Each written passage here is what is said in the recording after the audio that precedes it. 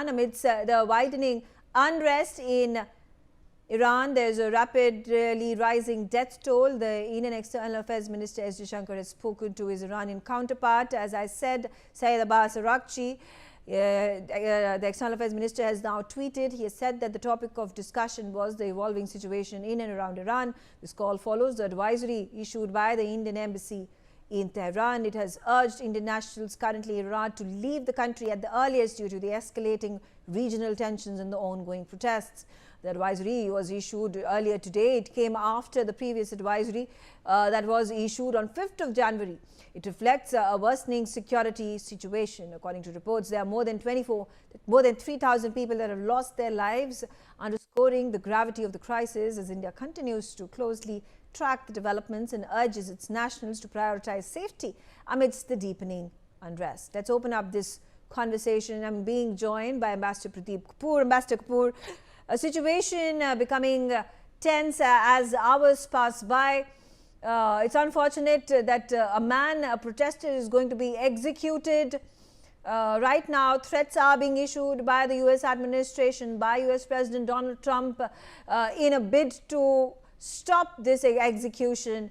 The only fault of this man for which he is being given death punishment is that he protested against the Khamenei government, the Khamenei regime in Iran. But what more pressing a matter back home over here is for those 11,000 Indians that live in Iran. 250 of these places within Iran have seen people in massive numbers coming out and protesting. There have been mosques that have been set on fire, and the safety of Indians being of utmost importance. Finally, an advisory being issued earlier today. They've been asked to evacuate Iran. They've asked to take the first flight back home, and I think operations are also soon going to start, where the Indian government is going to send aircraft to airlift Indians who are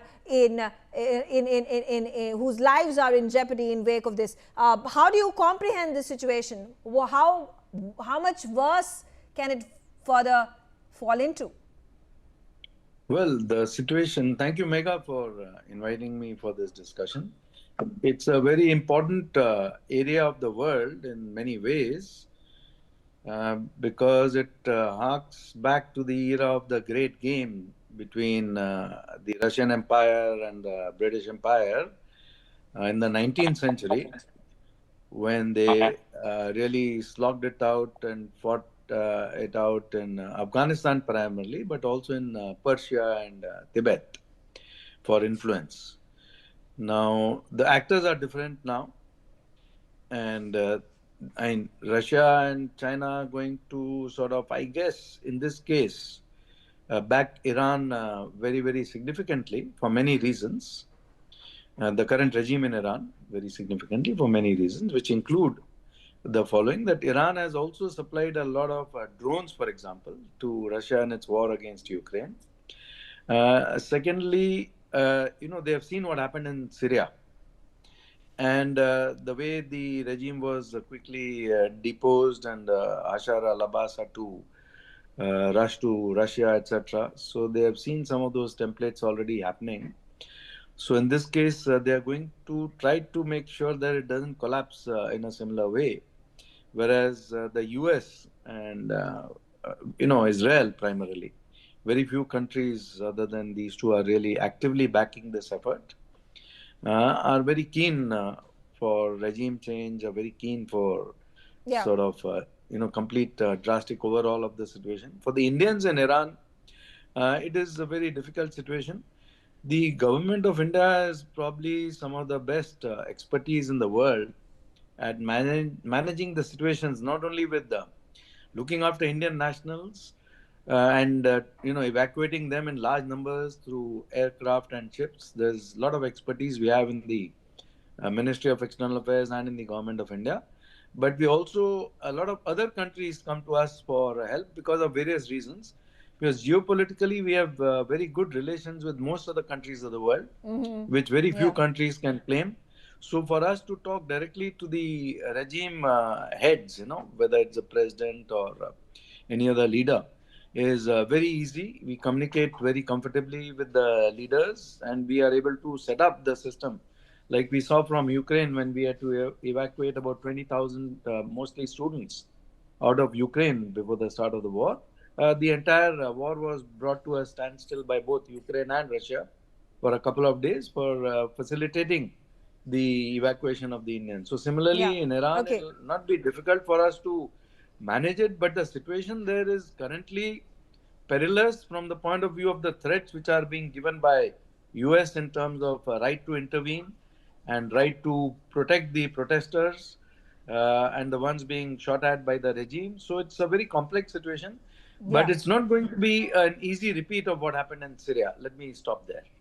Okay. Back to you, Mithun. Okay. I am also being joined by Andrew late. So, Andrew, we're getting reports right now that U.S. troops are being evacuated from its airbase in Qatar.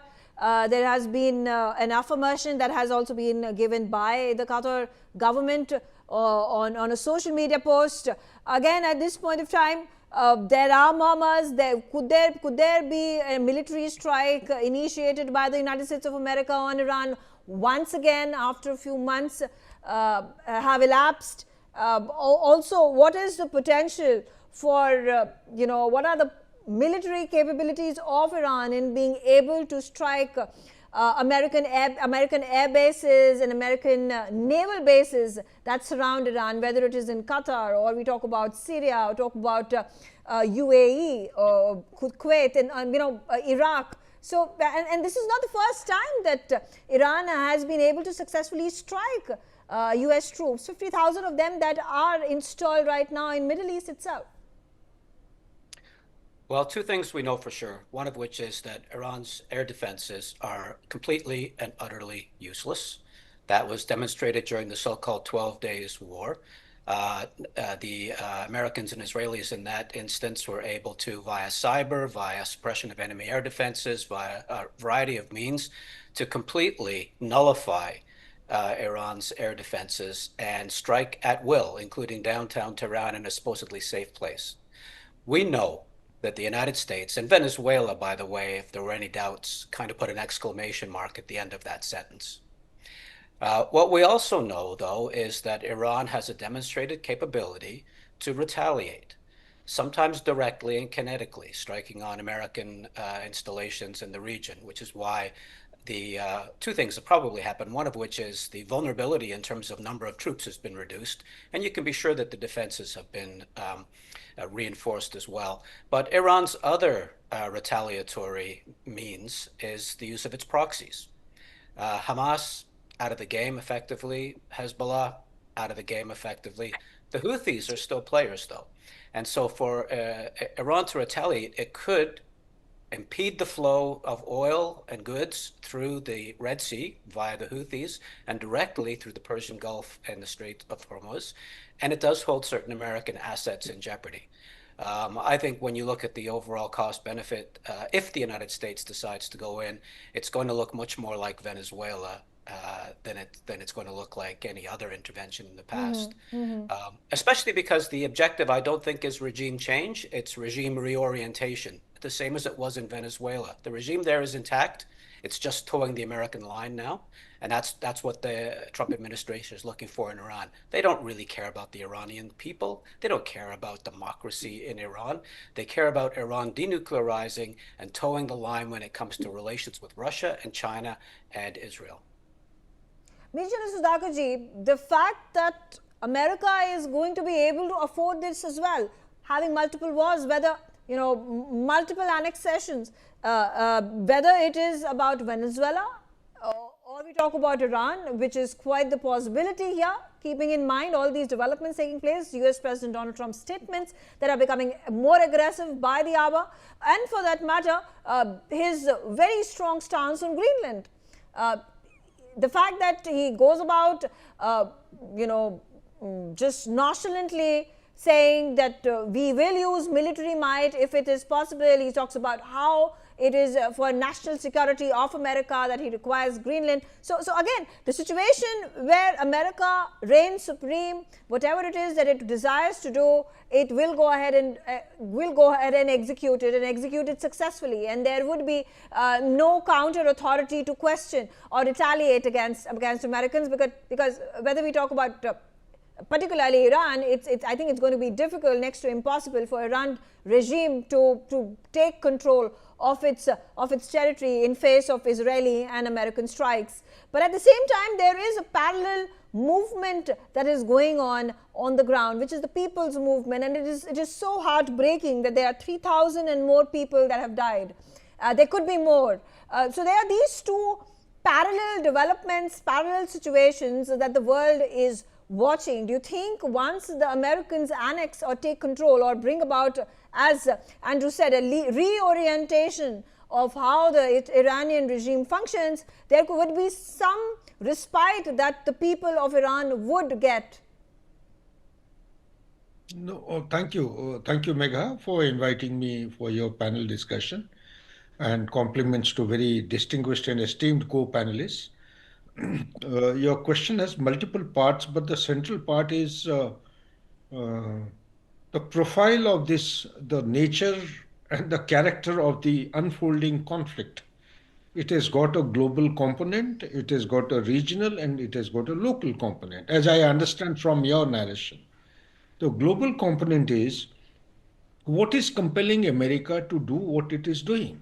Will America attack Iran? Perhaps what is compelling America, despite the assurance which Donald Trump had given during the election campaign for his presidency 2.0, that he will not trigger or contribute to opening of new conflicts. He will bring the ongoing conflicts to an end. Contrary to that, what is compelling?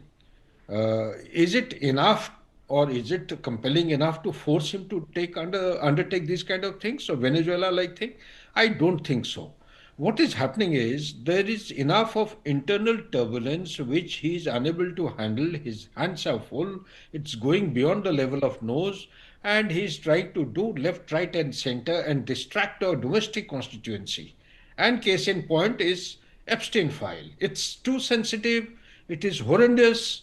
His name is figuring or not, I don't know. From the open source, I can come to this conclusion. It is not, perhaps I'm convinced, that these are all distractions and diversionary tactics towards Iran. Number two, is America going to attack Iran? As per my analysis, being a student of geopolitics, no. Why not? It may attack 3 months or 2 months from now or 6 months from now, but certainly not in next 48 or 50 or 60 hours. Why? Any place where America has gone in for something substantive, call it regime change or regime reorientation, like Andrew was articulating, I tend to agree with what he has said. There has been always minimum one aircraft carrier. As on today, now, when the panel discussion is in progress, check up, Middle East does not have a standing aircraft carrier, which generally remains a kind of a mother base. The mother base in Middle East is Bahrain. That is the mother headquarters. It does not have an aircraft carrier. Essentially, when you are tackling like a country of the size of 2,700 kilometers by 1,400, the size of Iran, you require minimum 2 aircraft carrier, 2 cardinal directions to be dominated, must have the fighting capability to strike hard. The naval kinetic component must be there. You must have sufficient number of aircrafts on board. It does not have. It has got 19 bases which are within the artillery range, within the missile range.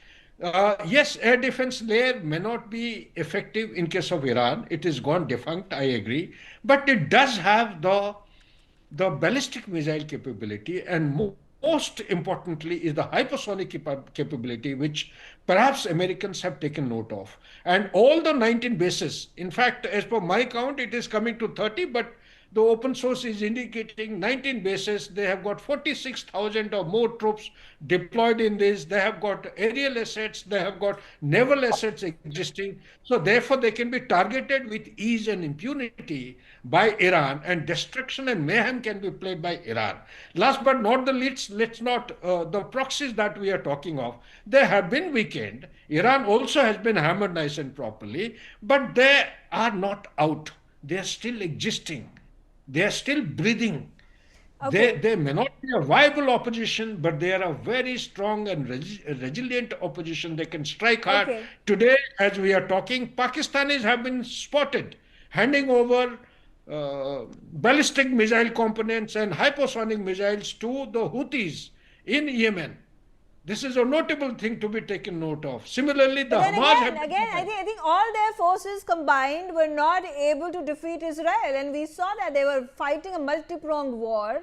And what happened of it? They all had to run away. And even in Syria, I think these rebels that were backed by Iran also came in to rescue the Assad regime, but was completely annihilated. They had to back off. Even the Russians came in to support, but they had to back off. So again, the question, Professor Rohan Gunaratna,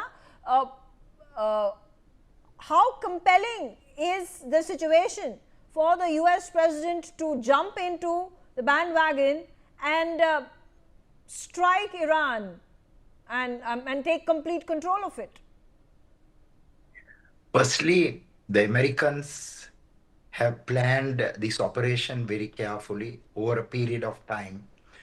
But in the last 48 hours, we have seen that the United States and a number of countries have asked their nationals to leave Iran.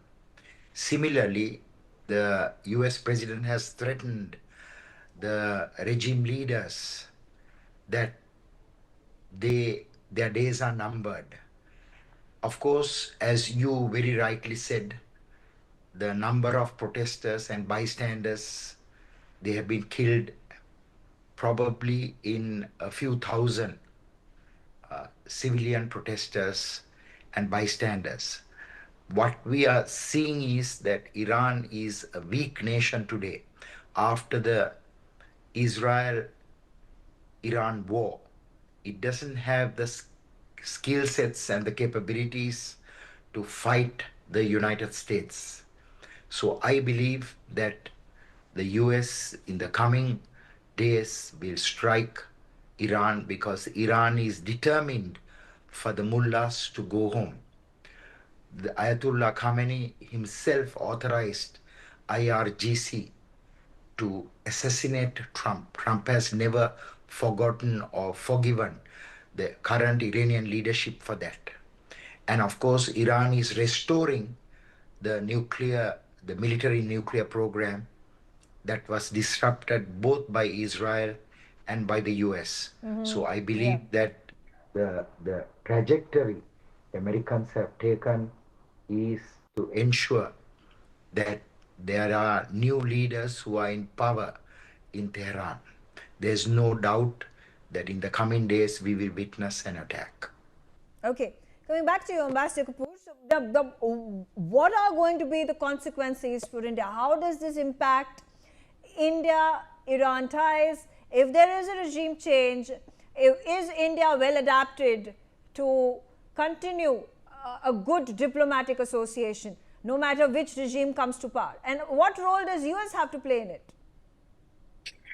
So, India-Iran ties are already suffering a lot in so many ways, in the sense that with this additional threat of tariffs of 25% for those countries still dealing with Iran, it will become very difficult for India to cope with that sort of thing. Secondly, the Chabahar port, which we were developing there, in which we have invested a lot of resources and also money, is also going to come to a sort of a standstill, the project. The Indian nationals we have already discussed, so I won't go into that in further detail, because they will have to come out soon, and they will come out soon, either by commercial flights or by evacuation flights. The trade itself, which is less than $2 billion currently, will also be impacted because of the threat of sanctions. So this is just the bare minimum, and there's just essential items of trade which are being carried out between India and Iran. But that will also come under scrutiny and diminish very significantly. So that is going to definitely impact our relations. But what I feel when I look at the whole situation is that this was such a great empire, the Persian Empire, the Persian civilization. And then it went through so many twists and turns, and today it's in a very, very different shape altogether. It's very unfortunate for the people of Iran to suffer a regime which is the Ayatollah regime, and from a very liberal, democratic sort of society to plunge into this sort of chaos and havoc, and not be able to express themselves or have freedoms of dress or any other freedoms. Many other freedoms have been curtailed. So for the regime, it has got some strengths internally in terms of the IRGC, in terms of their past. While Venezuela was sort of allegations were made, narco-terrorism and terrorism and arms smuggling and so on and so forth. But that was all not really the truth of the matter, as many experts have said. But in Iran, the strengths are tremendous in terms of its history of funding and supporting so many rebel groups in so many different countries, and knowing the vulnerabilities of the West to a much greater extent and exploiting those vulnerabilities, and then having the full backing of Russia and China very, very strongly, besides even maybe North Korea and some of these other countries. And if the Pakistanis, as General just now said, have been seen supplying important bits and pieces of equipment to the Houthis, that itself is something which is a cause of alarm. And the Red Sea being a very important sea of navigation for a lot of the oil trade and other trade. To disrupt that itself, Iran has those capabilities. So it's not going to be such a easy walkover or regime reorientation or regime change process as in the other cases. But the efforts will be made, because in my different postings and assignments as a diplomat and ambassador in different countries of the world, I've seen how these have been affected through intervention by the CIA or by other channels of America, where it has happened even recently in the neighborhood of India. So that sort of effort will not diminish. It may take a little bit longer than just a matter of, a few days, as is being expected in the American side. But I think it is headed towards a slow sort of draining out of resources and ultimate collapse.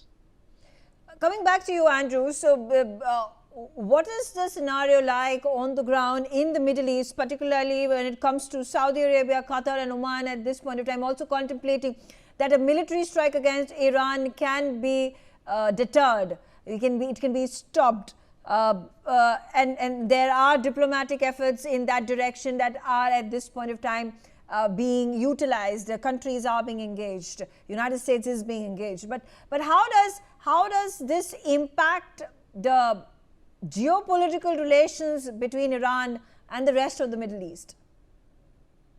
Yeah, it's an important point. If we look at the regional geopolitics, we can see for decades now there's been a kind of regional Cold War between Iran and the Shia population of the region on the one hand, and the Sunni Arabs on the other hand.